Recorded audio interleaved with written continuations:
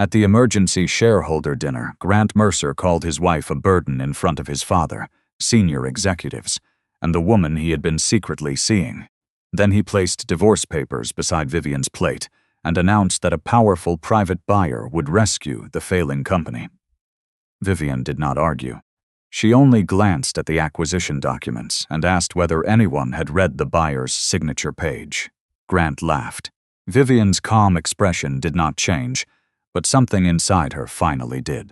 Welcome to today's story. If you enjoy emotional drama and shocking twists, don't forget to like this video and subscribe for more unforgettable stories. And before we begin, let me know where you're watching from in the comments. End of hook. 3 months earlier, Grant still believed his wife had nowhere else to go.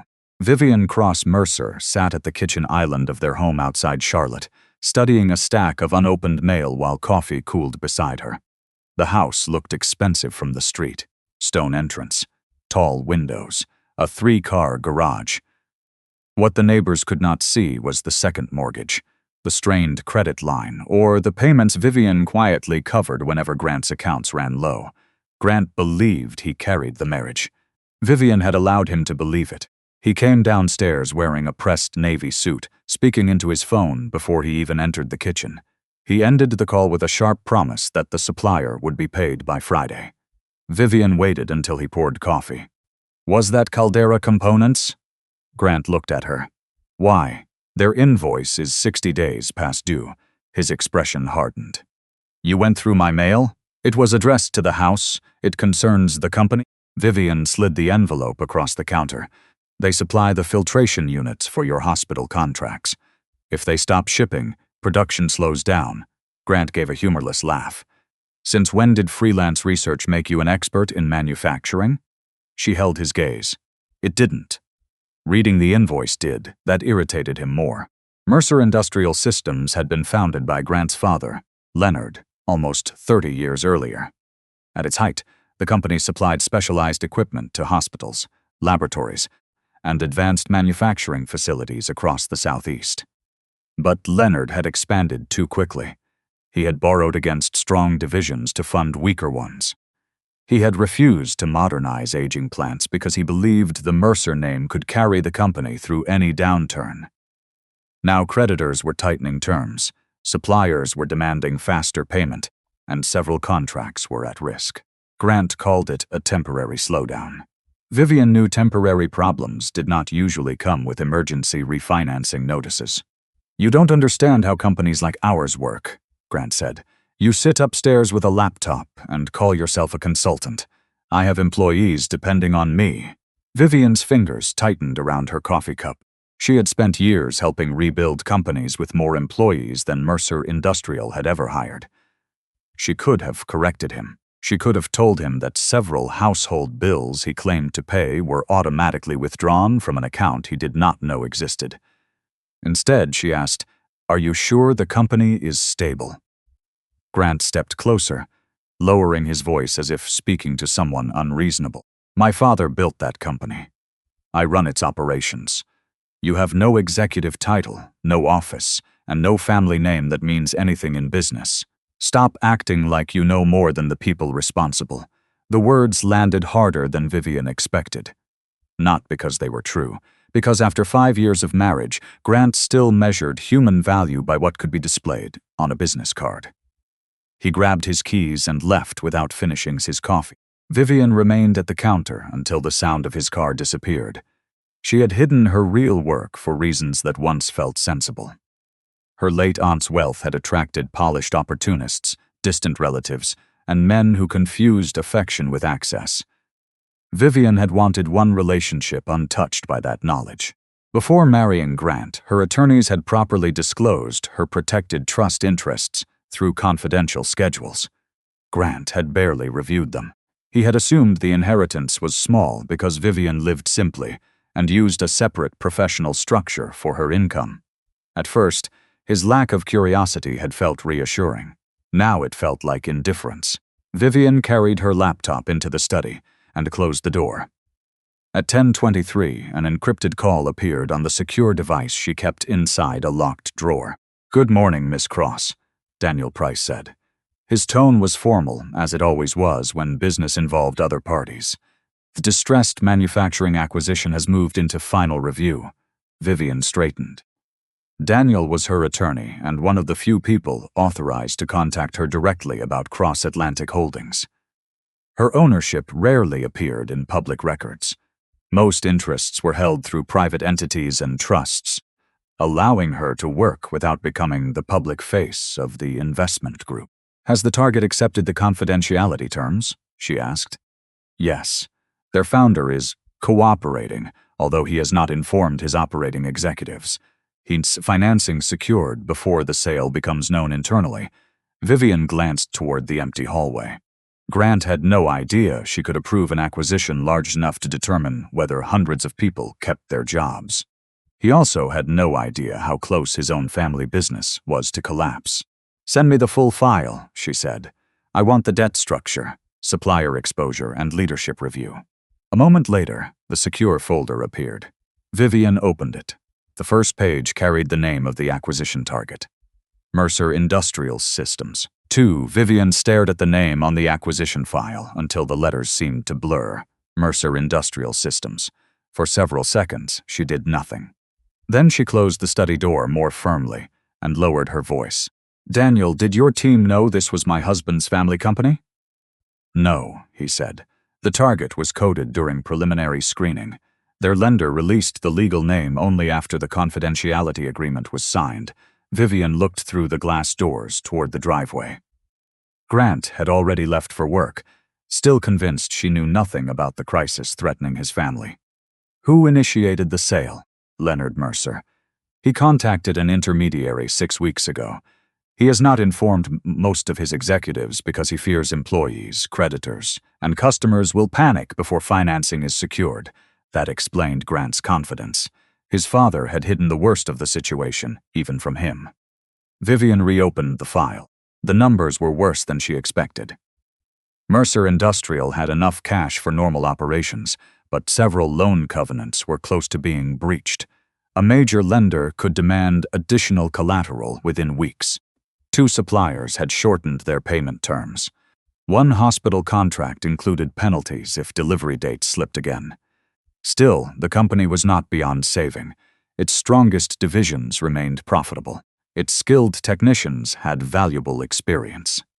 The problem was leadership. "Pause any recommendation until I review the governance documents," Vivian said. Daniel was silent for a moment. "Because of your marriage, we need formal conflict safeguards. You should not contact the Mercer family about the transaction. You also should not use information obtained from Grant privately." "I understand. I'll notify the independent committee." "Your connection must be disclosed to them under seal before due diligence continues," Vivian agreed. The rules protected everyone involved, including her. If Cross-Atlantic eventually made an offer, no one could claim she had used her marriage to steal the company. She spent the next several hours reviewing financial statements, lender notices, and internal projections. Grant had always spoken as if Mercer Industrial were a powerful family empire. In reality, the company's future rested on delayed invoices and optimistic forecasts. Near noon, she found a capital plan that had been rejected the previous year. It proposed replacing outdated equipment in the medical filtration division and closing an unprofitable executive showcase project. The recommendations were familiar. Vivian had suggested nearly the same changes to Grant over dinner months earlier. He had smiled and told her manufacturing was more complicated than online research. The rejection memo carried his signature. By the time Grant returned home that evening, Vivian had moved the acquisition files to an encrypted server and cleared the study table. She was preparing a simple dinner when he walked into the kitchen, loosened his tie, and dropped his phone beside the sink. "You stayed home all day again?" he asked. "I was working." Grant opened the refrigerator and frowned. "On what?" "A confidential research project." His eyes narrowed. "You always say that when you don't want to explain where your money comes from." Vivian turned off the stove. "My work has never cost you anything." "That isn't the point." It was exactly the point. Grant wanted her income to be small enough to dismiss but visible enough for him to judge. He glanced around the kitchen. "Did you pay the electric bill?" "Yes. And the insurance premium? Yes. He nodded as though she had completed tasks he had assigned. He never asked which account had covered them. My father called, he said. Outside lawyers are reviewing company records. He won't tell me why. Vivian kept her expression neutral. What do you think it means? Grant poured himself a drink. He's preparing for a major change. Probably new financing. Maybe a leadership transition. You think he plans to make you CEO? I've earned it. Vivian placed his dinner on the counter. Would an outside investor agree? His face tightened. Why wouldn't they? She could have mentioned the missed deliveries, the rejected modernization plan, or the executive spending buried in the financial statements. Instead, she said, investors usually review leadership before putting money into a distressed company. Distressed? Grant repeated. You read one late invoice and suddenly you're an investment banker? I didn't say I was. No, you just keep asking questions like you're waiting for me to fail. Vivian looked at him carefully. I've never wanted you to fail. Grant took his plate and walked toward the dining room without thanking her. The following afternoon, Leonard summoned him to the Mercer family home. Vivian was not invited, but Grant asked her to drive with him because his car was being serviced. She waited in the sunroom while he met privately with his parents. The walls were covered with photographs of factory openings, charity galas, and award ceremonies. Diane Mercer had arranged every image to tell the same story. The Mercer family built things, employed people, and belonged among important names. Vivian appeared in only one photograph, near the edge of a holiday dinner, wearing a plain gray dress. Voices carried from the next room. You cannot keep treating me like a junior manager, Grant said. I am trying to keep this company alive, Leonard replied. Then tell me who the lawyers represent. When the terms are real, you'll know. Diane's voice followed, cool and controlled. Grant needs to be presented properly before any announcement. Investors care about stability. They care about image. So do I, Grant said. And Vivian does not help, Diane continued. She refuses events. She has no recognizable career. If you are about to lead this company, you need a wife who understands what standing beside a Mercer requires. Vivian lowered her eyes to the wedding ring on her hand. She had attended fundraisers when Grant asked. She had covered household expenses when his bonuses were delayed. She had listened through countless dinners while he spoke about problems she could have solved. None of that counted because it could not be displayed. Grant entered the sunroom 10 minutes later. He looked irritated but pleased with himself. On the drive home, Vivian asked, if you became more successful, would our marriage change? Grant watched the road. Why would you ask that? Your mother thinks you need a different kind of wife. She wants what's best for the family. That wasn't my question. Grant exhaled impatiently. Successful people change. Sometimes they outgrow people who refuse to keep up. Vivian looked out the window. She did not argue. She simply remembered the sentence. That night, Daniel called with the independent committee's decision. Vivian could remain involved only at the ownership level. She would receive reports, set investment conditions, and approve or reject the final recommendation, but she could not participate in direct negotiations with Leonard. Vivian accepted the restriction. Before ending the call, she added one condition of her own. If Cross-Atlantic continues, employee pensions must be protected. Valid supplier obligations must be honored. And no member of the Mercer family keeps operational control without an independent leadership review. Daniel paused. That may cause the seller to reject the offer. Then there should be no offer. It was the first decision she had made about Grant's family that did not place her marriage first. 2 days later, the due diligence team uploaded its initial expense analysis. Vivian opened the report expecting loan schedules and equipment costs. Instead, she found a series of unexplained executive payments. Every one of them had been approved under Grant Mercer's authority. 3. Vivian read through the expense report twice before she allowed herself to draw any conclusions. The payments were not hidden behind shell companies or complicated accounting. They were simply buried inside executive discretionary spending, luxury hotels, private dinners, airline upgrades, weekend travel listed as strategic planning sessions. None of those expenses alone would have triggered an investigation. Together, they painted a different picture. The same name appeared again and again. Celeste Rowan. Vivian searched the company directory attached to the due diligence package. Celeste had joined Mercer Industrial 8 months earlier as an outside corporate communications advisor. Her contract was generous for someone in that role, but not unusual enough to raise immediate concern. Daniel called just before noon. "I assume you've reached the expense section." "I have. There isn't evidence of fraud, no, but there are serious governance concerns." Vivian nodded even though he could not see her. "The expenses are mixed with legitimate business travel, exactly. The independent auditors will determine whether company policy was violated. We don't make that decision." Vivian closed the report. And Daniel. "Yes, keep this review objective. It always is. No exceptions because my husband signed the approvals." "I wouldn't allow exceptions either way." After ending the call, Vivian leaned back in her chair. What unsettled her was not the money. Cross-Atlantic acquired companies with losses far larger than these every year. It was the possibility that Grant had been living another life while insisting she knew nothing about sacrifice. That evening, he came home unusually cheerful. "My father wants the executive team at the country club." "Friday night," he said while loosening his tie. "Potential investors are watching us. Appearance matters." Vivian looked up from her laptop. "Is this a business meeting?" "Partly." "Then why is it at a country club?" Grant smiled. "Because investors like confidence. They don't invest in desperate people." She almost answered that sophisticated investors usually preferred audited financial statements over expensive dinners. Instead, she simply asked, "Would you like me to come?" Grant hesitated just long enough for her to notice. "I suppose," he finally replied. "Just. Don't disappear into a corner the whole evening. I've never done that. You don't network. I have conversations with accountants and engineers. They're people. They're not investors." His tone was casual, but every sentence carried the same message. "You don't belong in my world." Friday evening arrived with warm Carolina skies and polished luxury cars filling the country club parking lot. Vivian wore a simple navy dress she had owned for years. Grant looked at it once before saying, "You couldn't find something a little more impressive?" "It's appropriate, I guess."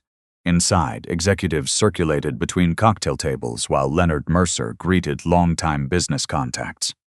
Vivian noticed how tired Leonard looked.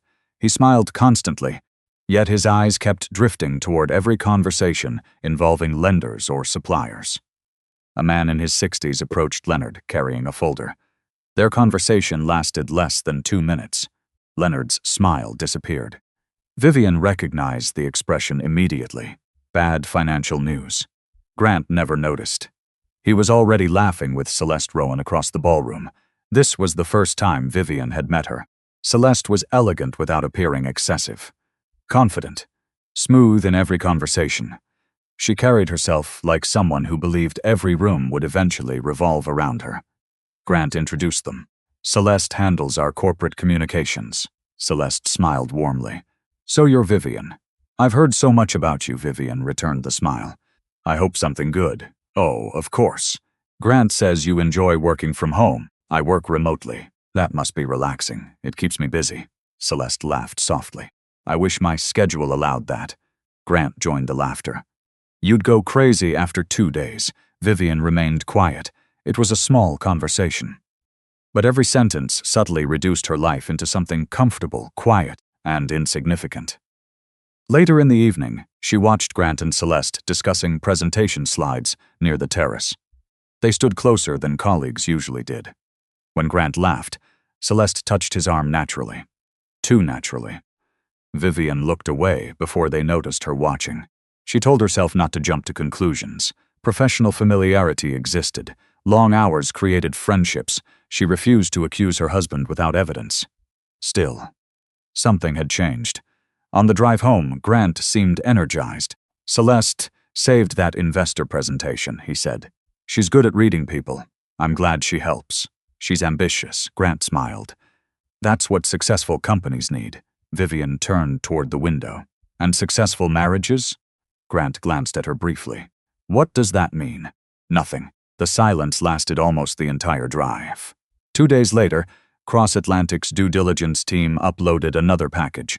This time it included travel authorizations, consulting invoices, hotel receipts, and executive calendars. Vivian opened them one by one. Most matched legitimate business meetings, some did not. A weekend strategy retreat listed only 2 attendees, Grant Mercer, Celeste Rowan. No board approval, no client meetings, no conference registration, only hotel invoices, airfare, and restaurant charges billed to Mercer Industrial. Vivian stared at the screen. She wanted there to be another explanation. Daniel called before she could process everything. The auditors found additional documentation. I've already seen part of it. There will likely be more. Vivian closed her eyes. I don't want surveillance. You don't need surveillance. The accounting records speak for themselves. She understood exactly what he meant. No one had followed Grant. No investigator had searched his private life. His own expense reports were telling the story. That evening, Grant texted her. Running late. Dinner with Celeste and the communications team. Don't wait up. Vivian looked at the message for several seconds before placing the phone face down. She did not cry. She did not call him. Instead, she opened a secure folder and created a new file. Personal documentation. Inside it, she saved copies of every expense report, every invoice, every calendar entry, and every communication Daniel had legally provided through the acquisition review. For the first time since their marriage began, she was no longer simply hoping things would improve. She was quietly preserving the truth. Just after midnight, Grant finally came home. He smelled faintly of expensive cologne that wasn't his. As he showered, his laptop lit up on the bedroom desk. A notification appeared on the screen. Draft agreement. Prenuptial amendment. Vivian's heart stopped. The document had been opened less than an hour earlier.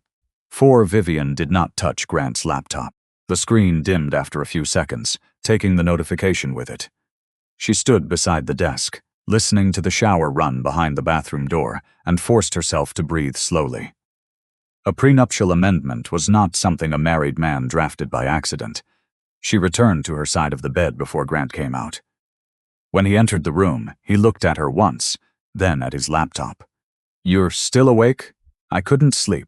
He closed the computer without opening it. Long day. Vivian watched him place it inside his briefcase. Was dinner productive? Grant removed his watch. Celeste and I finished the communications plan. Just the two of you? He paused. The rest of the team left early. Vivian nodded. She did not accuse him. Not yet. The next morning, she contacted Daniel from the study. I need a referral to a family law attorney, she said. Daniel did not ask why. I'll send you 2 names.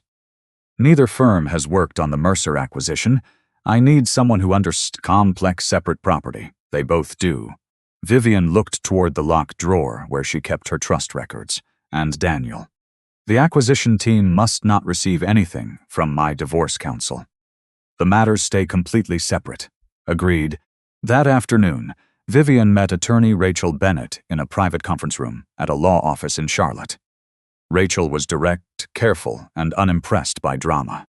She reviewed the original prenuptial agreement, Vivian's confidential schedules, and the public records connected to the house.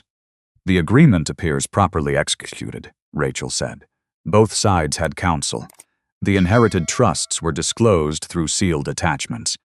Grant never read them closely. That does not undo disclosure if his attorney received them and advised him. Vivian folded her hands in her lap. What if he asks me to sign an amendment? Do not sign anything without review. A modification made during marriage can raise questions about disclosure, pressure, and fairness. Enforceability can depend on the facts and applicable state law. Rachel turned to another document.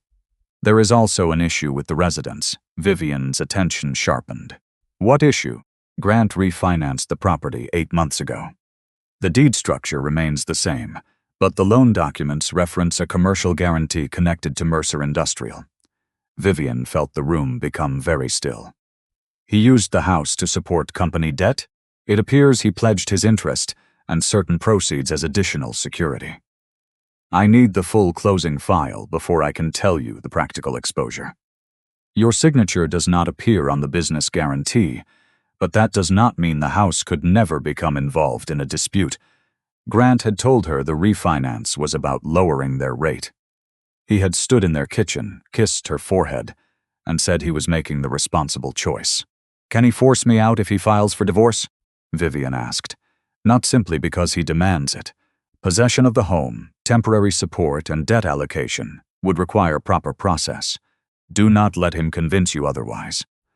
Vivian left the meeting with a secure checklist, copies of the relevant public records, and a new understanding of how far Grant's secrecy had gone.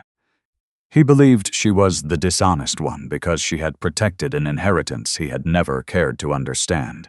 Meanwhile, he had placed their home near the edge of his family company's collapse.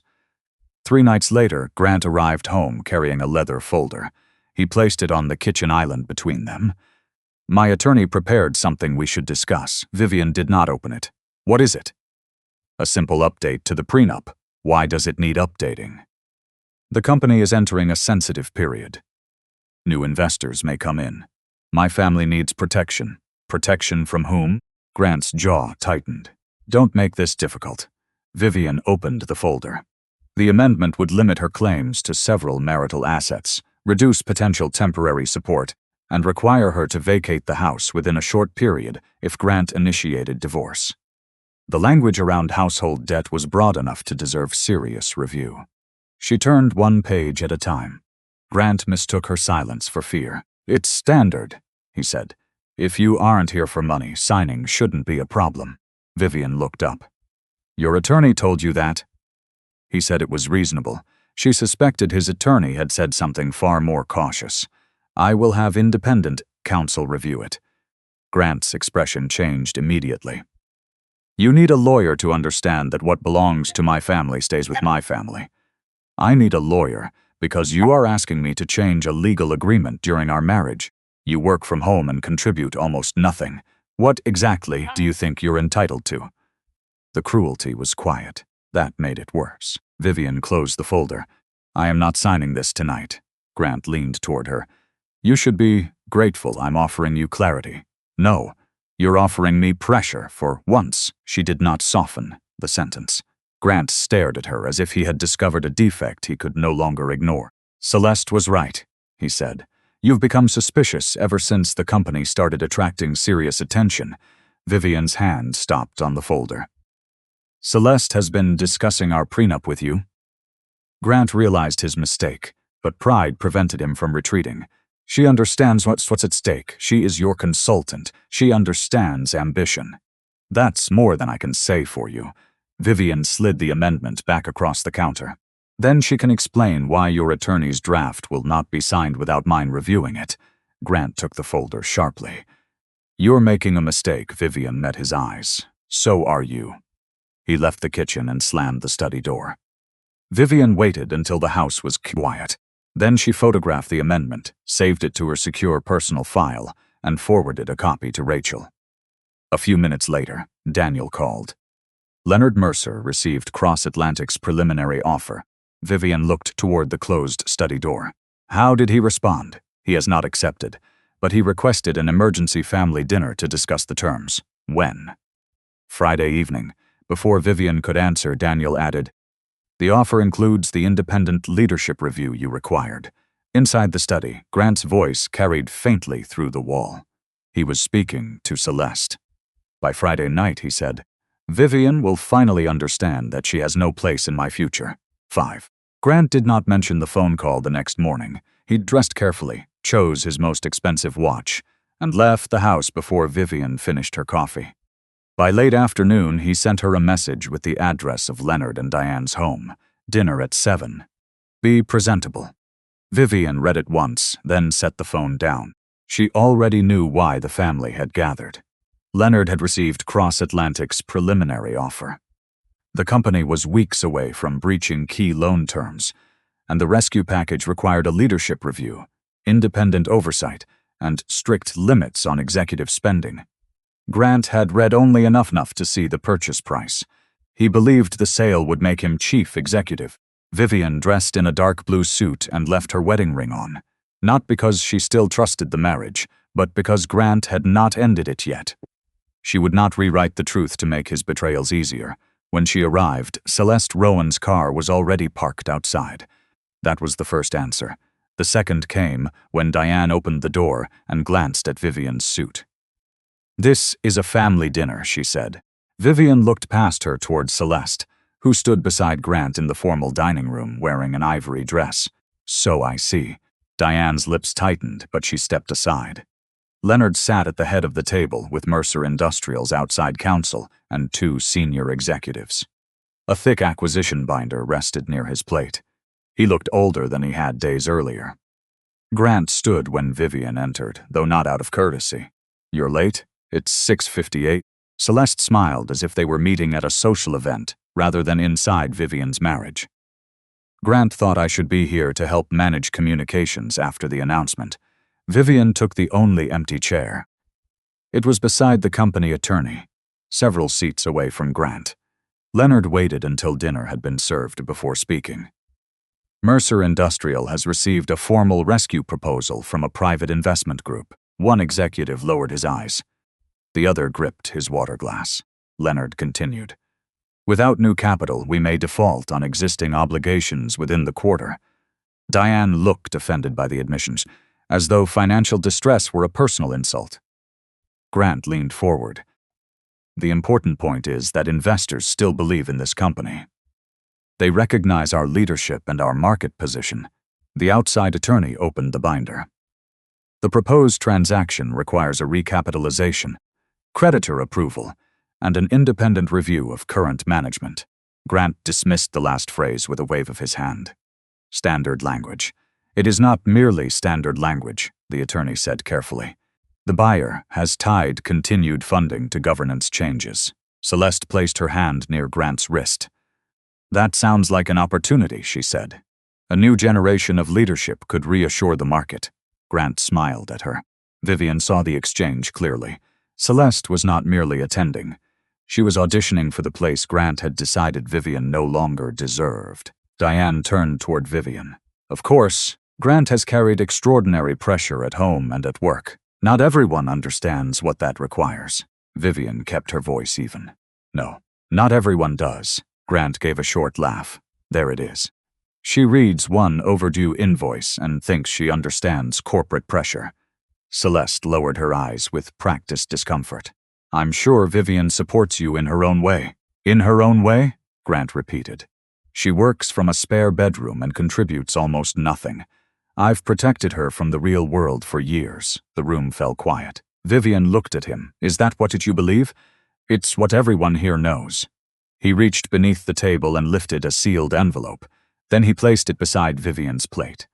The paper made almost no sound. Still, everyone heard it. "My attorney filed this morning," Grant said. "Those are the divorce papers." Leonard stared at him. "You chose tonight?" "I chose clarity." Celeste did not move her hand from the back of Grant's chair. Grant raised his glass. "Mercer Industrial is entering a new era. I need people beside me who understand ambition, responsibility, and achievement. Vivian has never built anything. She has never earned anything that mattered. She has contributed nothing to this marriage except dependence." Vivian felt the pain, but it did not break her posture. She looked at the envelope, then at the unsigned prenuptial amendment Grant had also placed beside it. "Is your decision final?" she asked. "Yes, and Celeste?" Grant's silence answered before his mouth did. Celeste lifted her chin. "This is between you and Grant." "No," Vivian said. "It became larger than that when company money began paying for private weekends." Grant's face changed. The senior executives looked toward him. "You're making accusations you can't prove," he said. "I said company records have consequences." He leaned toward her. "You think you can threaten the sale because you're angry." Vivian removed her wedding ring and placed it on top of the prenup amendment. "I'll respond through counsel." Diane stared at the ring. "You should be grateful. Grant is offering you a clean exit," Vivian stood. "I'm grateful he finally made his values clear." Before leaving, she looked at Leonard. "Read every condition in the acquisition agreement, especially the conflict disclosures." The outside attorney's expression shifted. He looked at Vivian more closely, then at the restricted section of the binder. For 1 second, recognition passed through his face. Grant laughed. "She's pretending to be important." Vivian did not answer. Outside, she sat in her car and let herself grieve for exactly 1 minute. Then she called Daniel. "Proceed to final negotiation," she said. "Keep every governance protection in place." Inside the house, Leonard opened the restricted buyer disclosure. The first name on the page was Vivian Cross. Leonard stared at the restricted disclosure for several long seconds. Vivian Cross. He read quietly. The outside attorney took a slow breath before answering. "Vivian Cross Mercer," he corrected, "the controlling beneficiary and executive chair of Cross Atlantic Holdings." Silence settled over the dining room. Diane frowned. "That isn't possible." The attorney slid the confidential page closer to Leonard, but kept it away from everyone else. "The ownership structure is held through private trusts and affiliated entities. The information remained restricted because the transaction required conflict reviews and confidentiality protections." Grant laughed. "You've got the wrong person." "No. There are thousands of people named Vivian Cross." "Not this one." The attorney tapped the disclosure. "The legal identity has already been verified through independent counsel." Grant shook his head.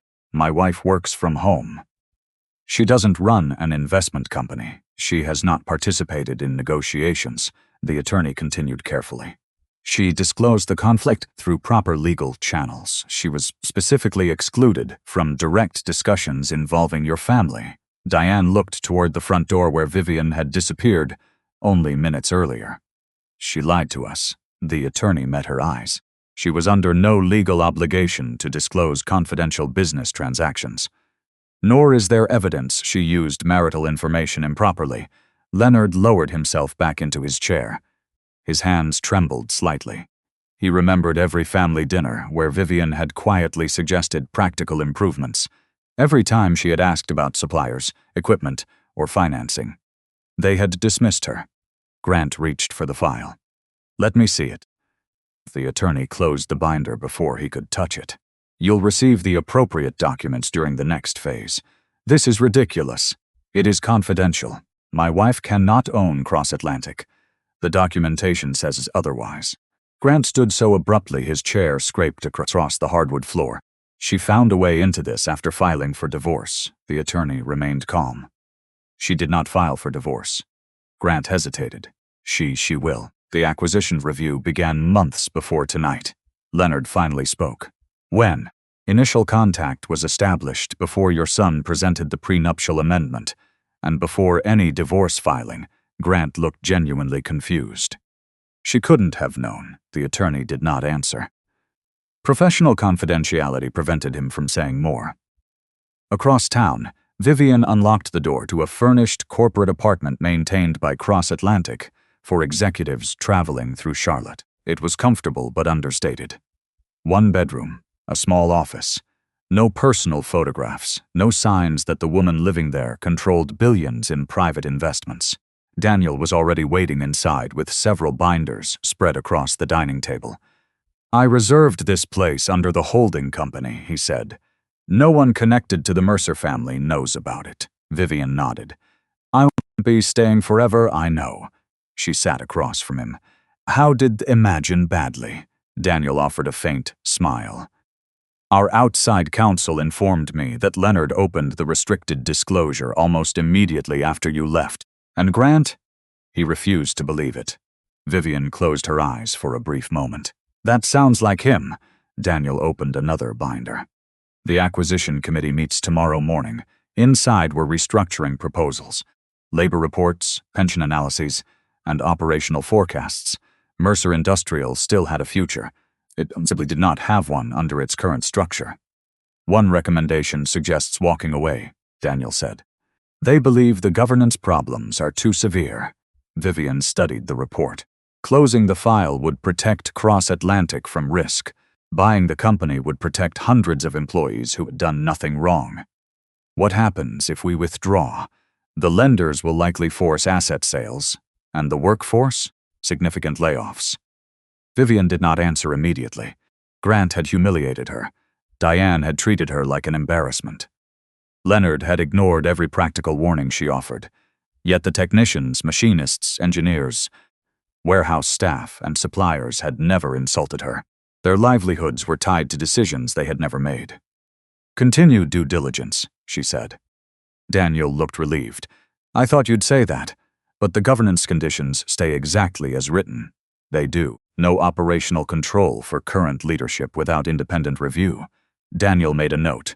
And employee pensions? Protected wherever financially possible. Supplier obligations? Honored if legally valid. Daniel looked at her carefully. You're separating the company from your marriage. I have to.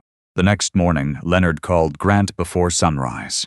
Come to my office. Grant arrived convinced the previous evening had been some elaborate misunderstanding. Leonard handed him a redacted copy of the preliminary transaction summary. Grant read quickly. Purchase price, debt restructuring, independent board, executive review. He smiled.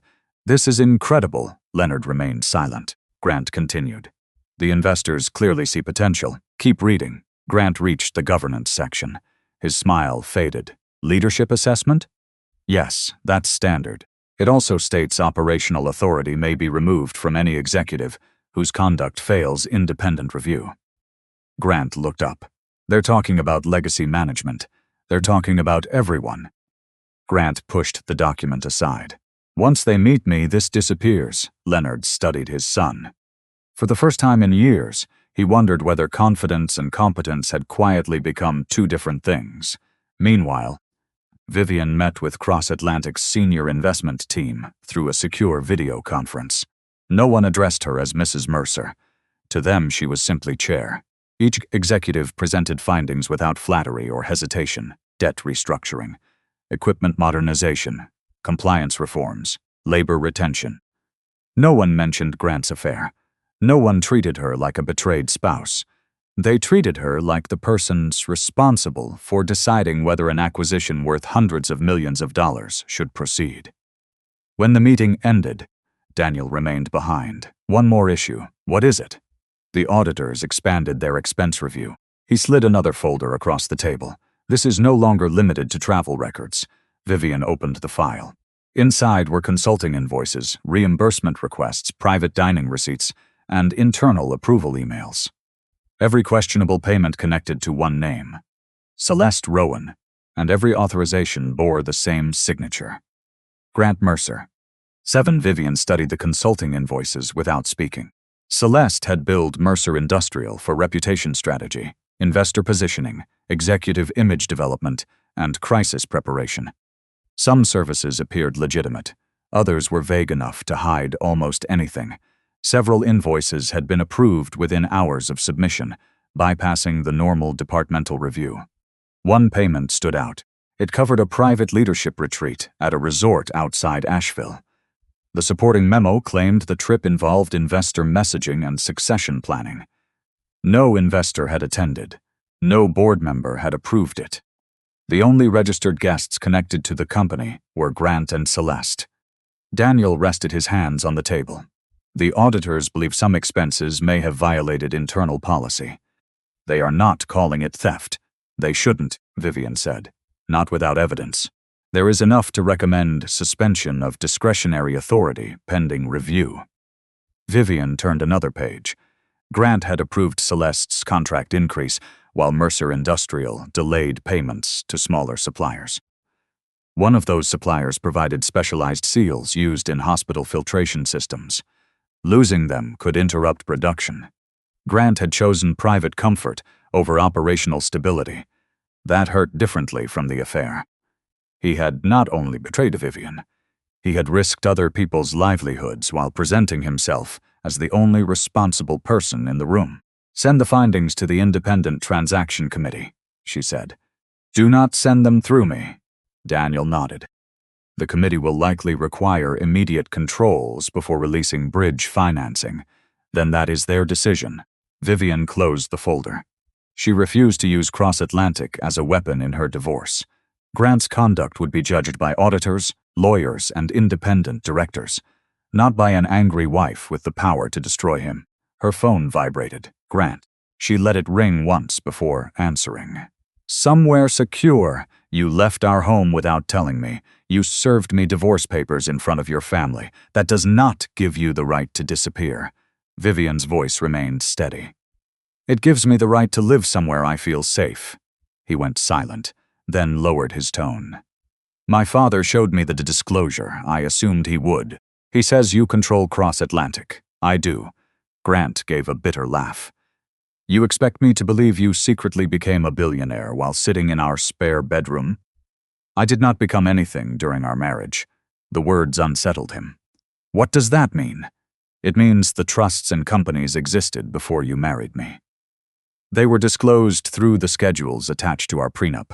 I never saw billions listed anywhere. Your attorney did. You'd hid behind sealed documents. I protected private family assets. You had independent counsel and the right to ask questions. You let me think you were poor. I never told you I was poor. You let me pay for everything. Vivian looked around the modest apartment. You did not pay for everything. I paid the mortgage. You paid part of it. I paid household expenses, insurance, repairs, and several months of the mortgage when your bonuses were delayed. Grant's breathing changed. He had never noticed because he had never wanted to know. You made me look like a fool. No, Grant. I trusted you to value me before you knew what I owned. That sounds convenient. It became necessary every time you measured my worth by income, titles, and appearances. His voice hardened. Did you target my family's company? No, you expect me to believe Cross Atlantic just happened to pursue Mercer Industries real? Your father contacted an intermediary because the company needed capital. The target remained coded until the confidentiality process advanced. When I learned the identity, I disclosed the conflict and removed myself from negotiations. But you still control the buyer.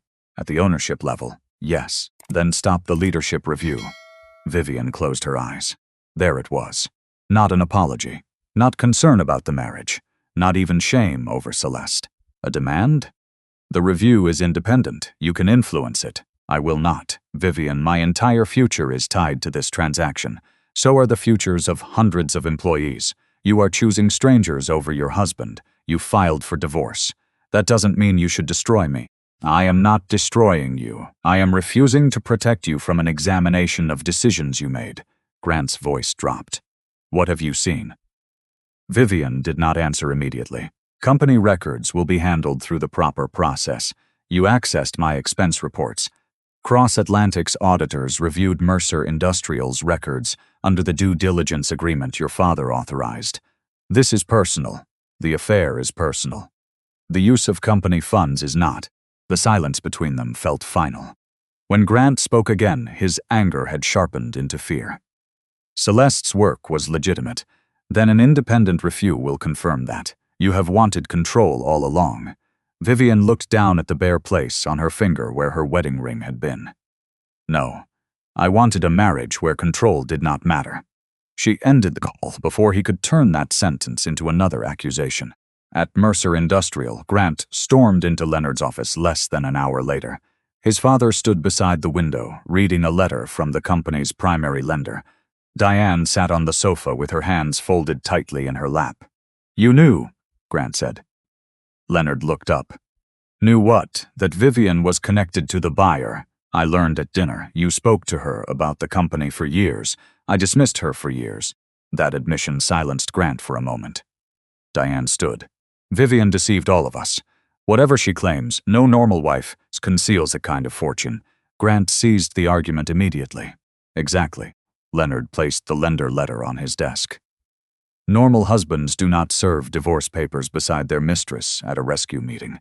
Celeste, waiting near the doorway, stiffened. I am not his mistress. Leonard turned toward her. Then you will have no objection to explaining the resort invoices. Her face lost color. Grant stepped between them. Her contract covered executive strategy. The lender has frozen additional advances until spending controls are installed, Leonard said. Cross Atlantic's committee demanded temporary restrictions this morning. You accepted them? I accepted the only bridge and financing available. Grant stared at him. Leonard continued. Effective immediately.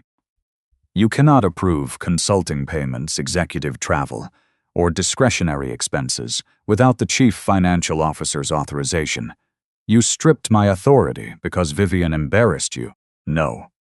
Your signatures stripped your authority. Celeste moved closer to Grant. This is exactly what she wants.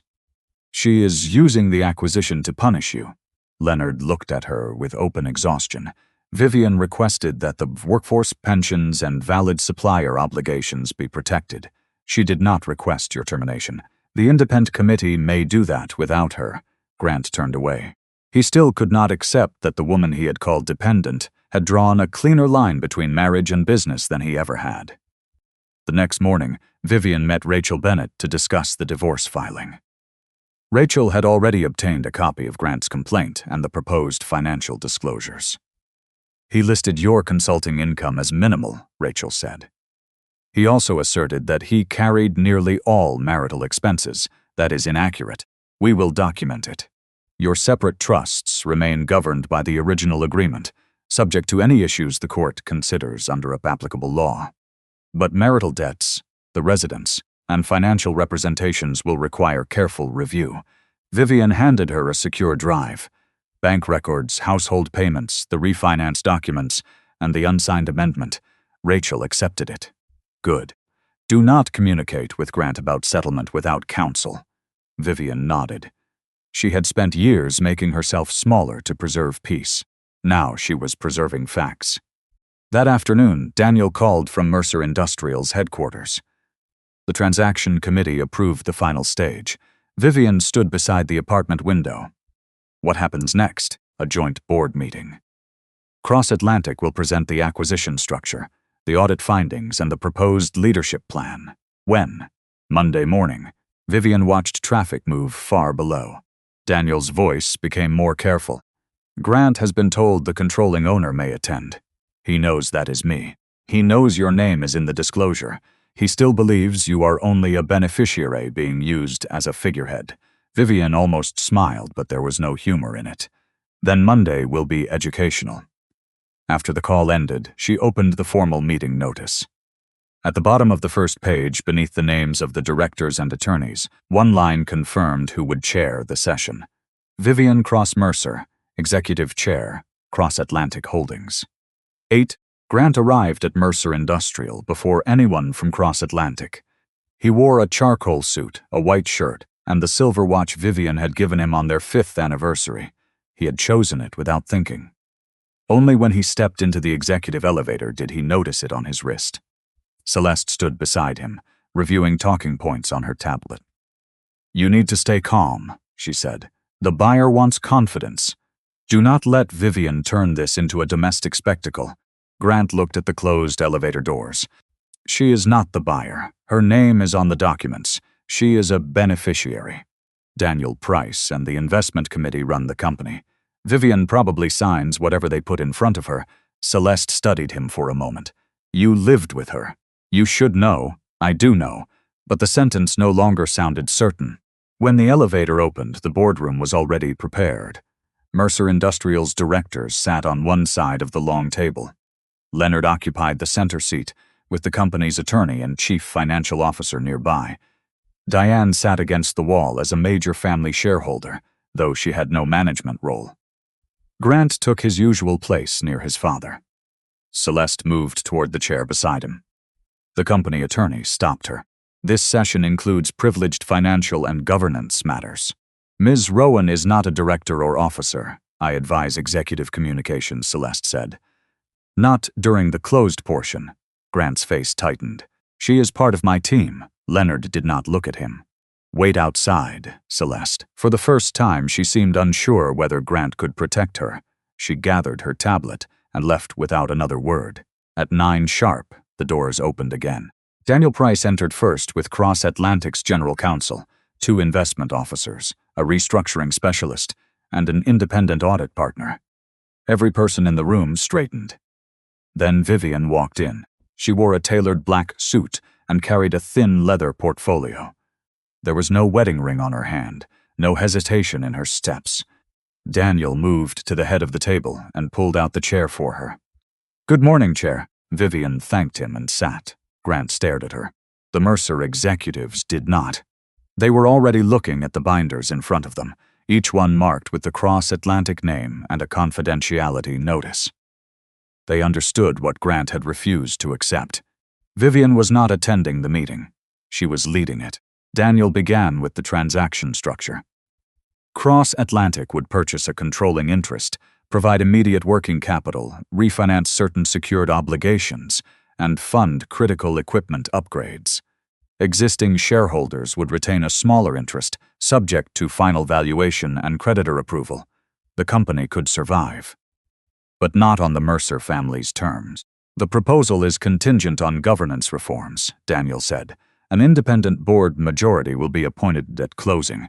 All senior executives will undergo performance and conduct review. Discretionary payments will remain restricted until the audit is complete, Grant interrupted. We understand the general conditions. What we need is clarity about leadership. Daniel turned toward Vivian. She opened the portfolio in front of her. Then we should begin with the operational findings. Grant looked at her as though the sound of her voice in that room offended him. You are actually presenting. Vivian met his eyes. I approve the acquisition process. I will chair the decision. Diane shifted sharply in her seat. Leonard remained still. Vivian continued. Mercer Industrial has valuable contracts, experienced employees, and several profitable divisions. It also has aging equipment, weakened supplier relationships, covenant pressure, and a pattern of executive decisions that placed image ahead of stability. Grant leaned back. That is an interpretation. No, the audit partner said. It is supported by the records. A screen at the far end of the rooms displayed a timeline of missed payments, deferred maintenance, and emergency borrowing. Several decisions had Grant's name beside them. He pointed toward the screen. My father had final authority. Leonard looked at him. You requested expanded authority 2 years ago. You approved the budgets. I approved budgets based on the information you presented. The chief financial officer lowered his gaze. Vivian turned to the next page. The review also found consulting payments and travel expenses that bypassed normal controls. The audit has not concluded whether any law was violated. It has concluded that the conduct created unacceptable conflicts and weakened financial discipline. Grant's voice echoed. You mean Celeste? I mean every payment supported by the records. This is retaliation. Cross Atlantic's general counsel spoke before Vivian could answer. Mrs. Mercer was screened from the investigative process. The findings were prepared independently. She did not select the transactions reviewed, interview employees, or direct conclusions. Grant ignored him. He looked only at Vivian. You knew about the company before I filed for divorce. Yes, and you said nothing. I was bound by confidentiality. I also disclosed my marriage and removed myself from direct negotiations. You could have warned me. About what? That this review was happening. Your father authorized due diligence. Your company maintained the records. You signed the approvals. Each answer was calm. That made his anger look smaller. Grant pushed his chair back slightly. You sat in our home and watched me struggle while you controlled enough money to solve this. Vivian's expression changed, but only for a moment. I offered ideas. You dismissed them. I asked questions. You mocked me, and when the company needed capital, your father sought an outside buyer because no responsible investor would provide hundreds of millions without oversight. You could have simply given us the money. A silence followed that sentence. Even Diane looked away. Vivian closed the folder. Cross Atlantic does not give family companies unlimited funds because someone married into the family. It invests when a business can be saved responsibly. Grant heard it then. He had expected marriage to entitle him to her wealth after deciding she had never been entitled to his respect. Leonard rubbed one hand across his face. What is the leadership recommendation? Daniel distributed a separate document to the directors. The restructuring team recommends appointing an interim chief executive from outside the Mercer family. Leonard Mercer would remain as a non-executive advisor during the transition, subject to board approval. Grant looked down the page. His own name appeared beneath a different heading. Administrative leave pending completion of the Expense and Conduct Review 9. Cross Atlantic completed the acquisition after the lenders approved the restructuring, and the final regulatory review closed. Mercer's Industrial did not keep its old identity untouched. The company was reorganized as Mercer Technical Systems, preserving the history of the factories, without allowing one family name to stand above the people who had kept them running. Vivian did not appoint herself chief executive.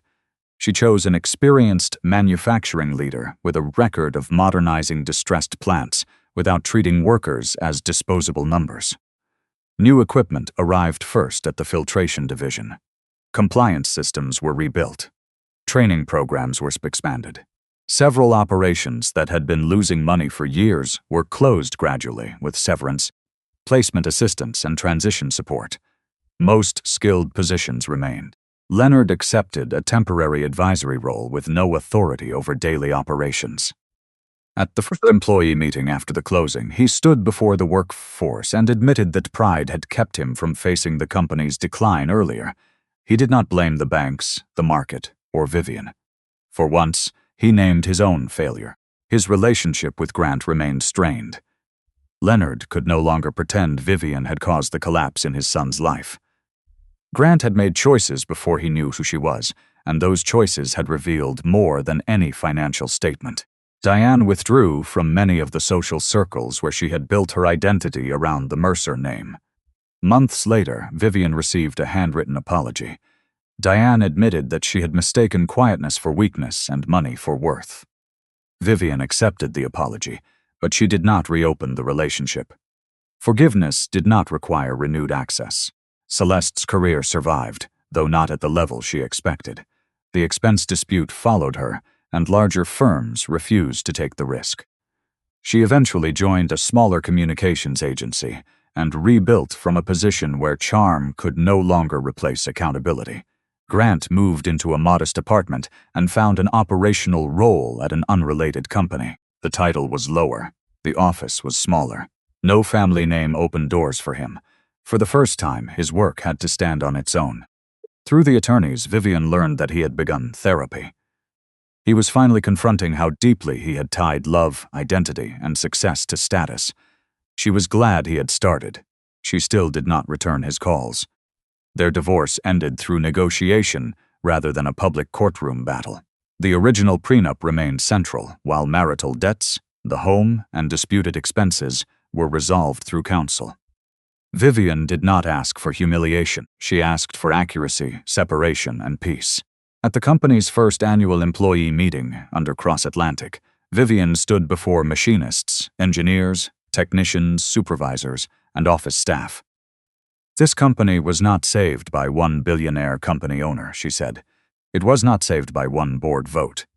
It survived because people kept showing up while leadership failed to listen. She announced a profit-sharing program tied to the recovery. She also created an independent employee council with direct access to the board, so warnings from the factory floor could never again be buried beneath executive pride. The applause that followed did not feel like victory over Grant. It felt like responsibility finally placed where it belonged. Vivian later stepped back from daily public attention. She bought a smaller home with warm light, quiet rooms, and no history of being used as collateral for someone else's ambition. She continued leading Cross Atlantic, but she became more honest about her identity in personal relationships. She no longer hid because she feared being valued for money. She simply refused to let wealth become the price of being respected. One evening, she placed her old wedding ring inside a small box and closed the drawer. There was no anger in the gesture, only finality. Grant's regret no longer proved that her pain had been real. His downfall did not restore what he had broken. The true reversal was quieter than that. The unaware husband had once believed his hidden billionaire wife needed his family name to matter. In the end, the family business rescue, their reputation, and their financial survival had depended on the woman they treated as insignificant. Vivian walked onto the back porch of her new home and listened to the evening settle around her. She had recovered her voice, her freedom, her peace. Some betrayals reveal more than hidden money. They reveal who was capable of love when they believed there was nothing to gain. Do you agree with the life Vivian chose? Share your thoughts and stay with us for more stories of dignity, justice, and healing after betrayal.